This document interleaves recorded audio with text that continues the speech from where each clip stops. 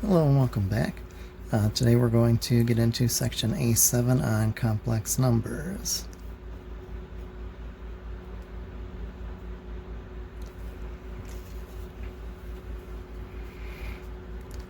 So this should be just a little mini review of your Algebra 2 days or your equivalent somewhere else. So we're going to just do a quick definition. So we're going to let I be the number whose square is -1.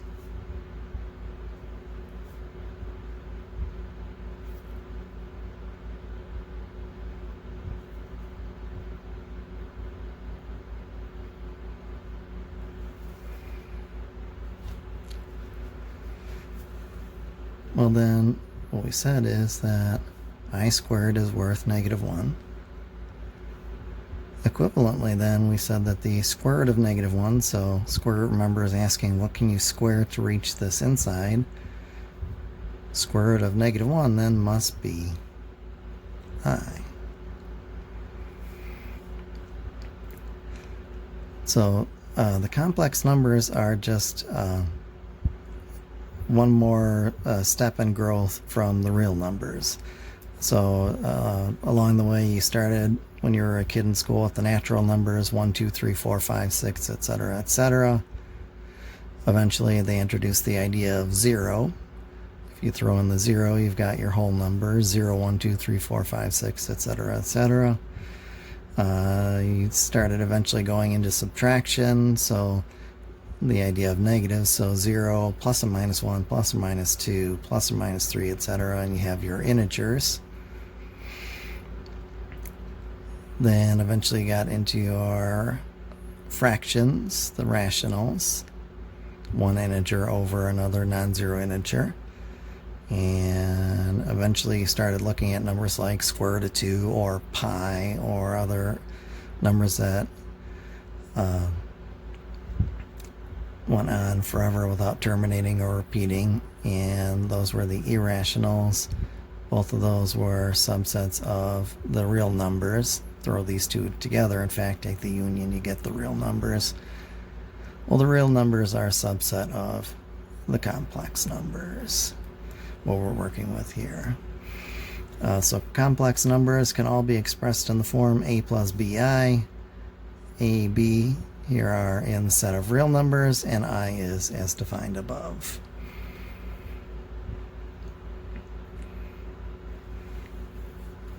So adding and subtracting complex numbers, we just take the real number component and the imaginary number component, and we treat the I as if it were a variable x, even though it really isn't. So for example, if we wanted 3 plus 7i and we wanted to add that to -8 plus 2i, we put the 3 plus -8 together, and the 7 plus 2 each had an I attached. So that one, -5 plus 9i. Subtraction, just like you would with an algebraic expression, you would have to distribute. So if we had -4 plus 2i, and we're subtracting 3 minus I, you do need to use that distributor property. So -4 plus 2i minus 3 and plus I, and then just put your real number stuff together, put your imaginary stuff together. And we can also do products.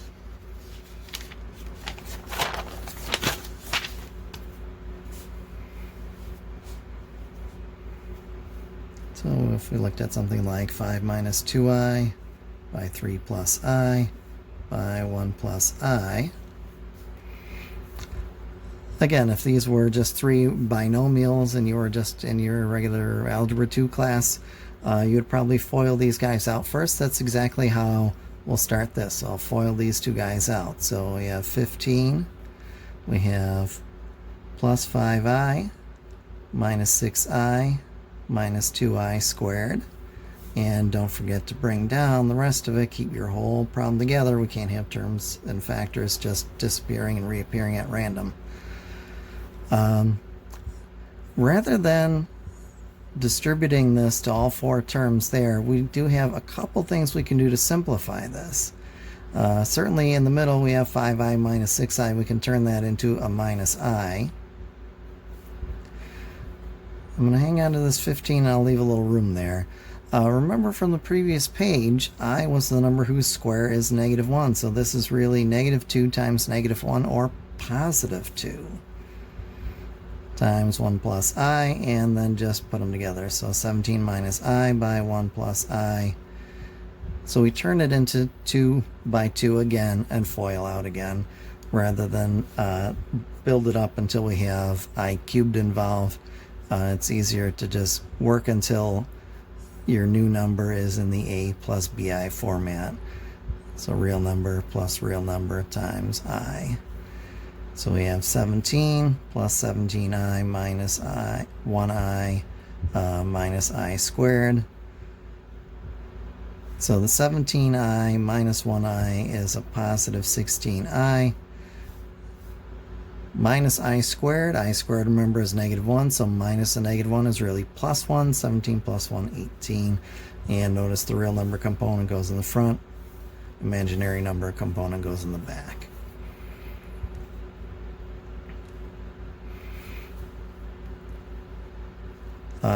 One other idea before we get into reciprocals and dividing is the idea of the conjugate.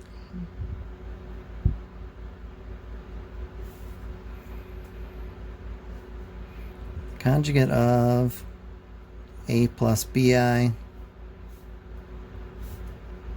is just A minus BI. So when we keep the terms, we just flip the sign in the middle.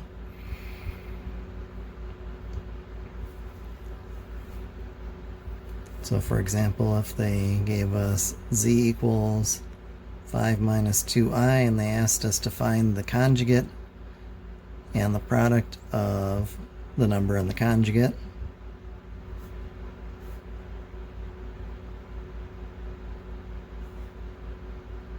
notation for the conjugate, we have the bar over it, so z conjugate would just be 5 plus 2i.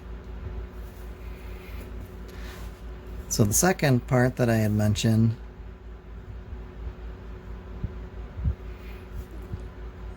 find the product of z and its conjugate.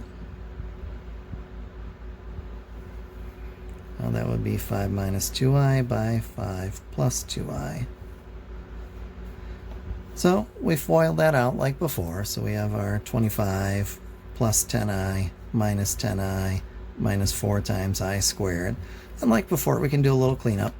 One unusual thing that happened here, though, 10i minus 10i is 0 times I is 0 times anything is always 0.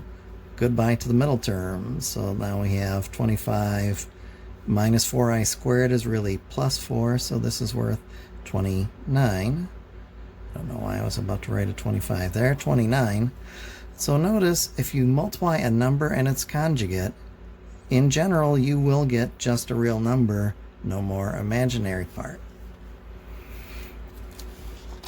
That leads us into the idea of reciprocals.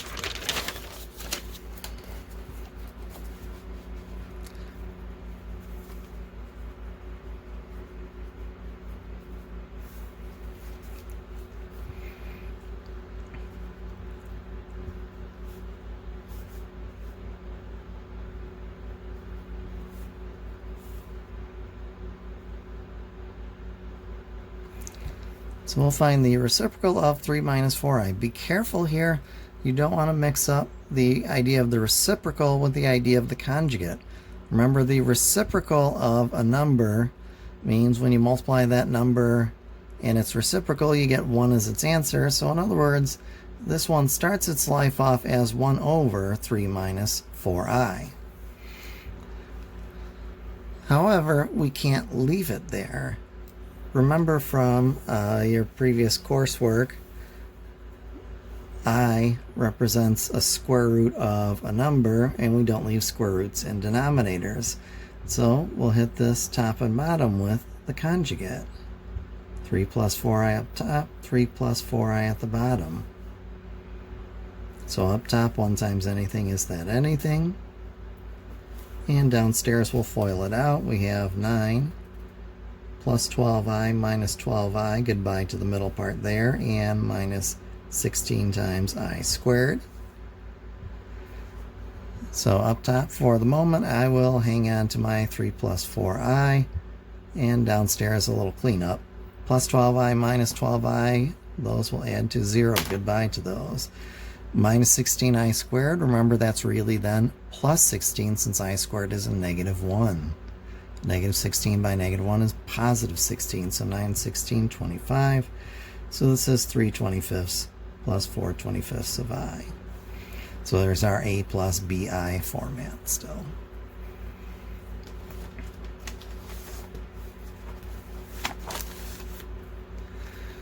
So next we'll look at the idea of dividing these things, and really it's kind of the same thing. It'll say divide, really they mean rationalize it.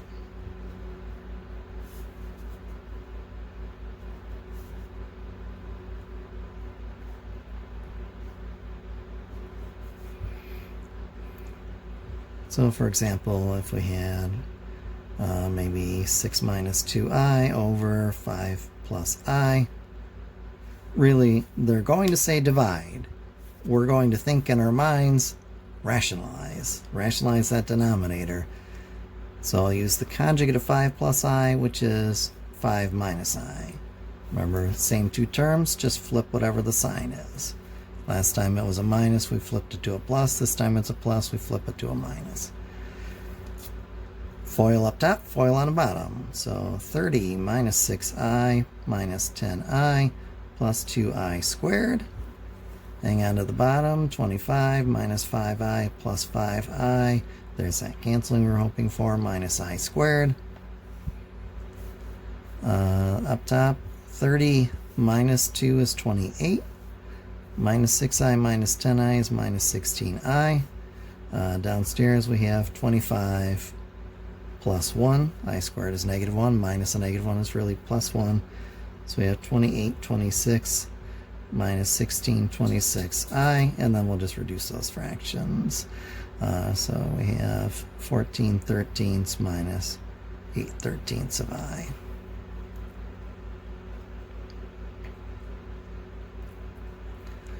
All right, so next up we'll look at a couple nice pretty little proofs.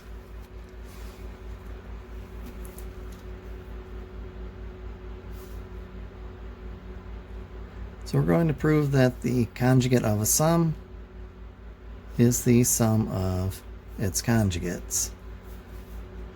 For starters, we're going to let Z be represented by the generic A plus BI, W, then, not super creative, we'll call it C plus DI. So we just start with what they give us. Z plus W conjugate, well that's then the conjugate of A plus BI plus C plus DI.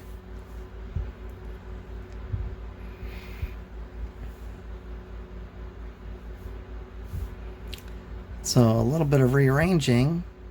A plus C were my real number components. B plus D each had an I attached, and I can just factor that. Now I have that general setup of real number A plus real number B times I. A plus BI format. To find the conjugate of that, we flip the sign in the middle.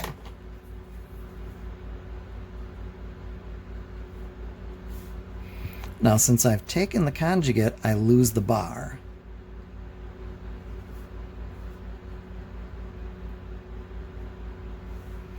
So they're no longer under the conjugate. This is saying I want to find the conjugate of it. This is saying I've already found it. So a little bit of distributing. And we have A minus BI plus C minus DI. Well, A minus BI, that is Z conjugate.